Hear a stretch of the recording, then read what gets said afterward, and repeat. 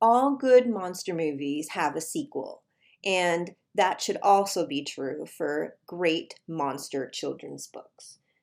Here is Frankenstein Takes the Cake, which is full of funny stuff like rotting heads and giant gorillas and zombies dressed as little girls and Edgar Allan Poe, which means there are countless of hours of exploration for young readers. All of this by the imagination or from the imagination of Adam Rex, who also brought you Frankenstein Makes a Sandwich.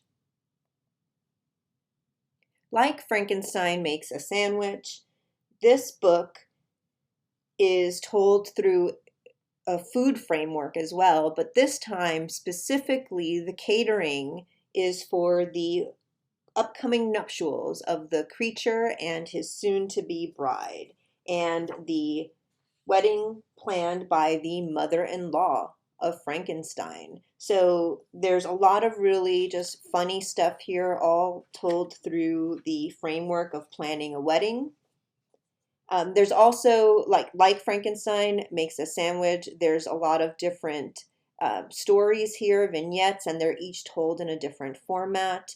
One that reoccurs in this book is the official blog of the Headless Horseman, Off the Top of My Head, which chronicles the Headless Horseman's journey to be, scary when everyone just kind of goes around wanting to eat his pumpkin head.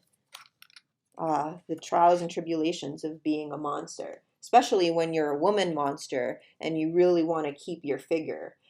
So this is obviously a very comic take that parodies a number of different formats. Here you have a parody of a magazine ad for a weight loss product aimed at witches. So you have can start some conversations about body image.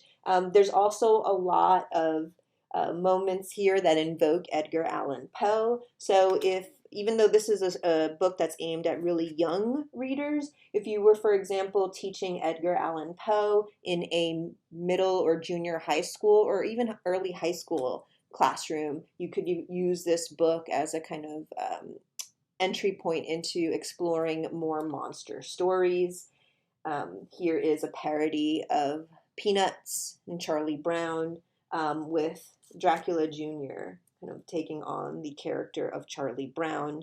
And then we have the framework of the Frankenstein wedding. I won't spoil the details, but I will tell you that Frankenstein monster's best man will spend some time checking out the buffet, and he doesn't like garlic bread, so he'll be scoping out any items that have garlic to warn anyone else who might have a serious garlic allergy.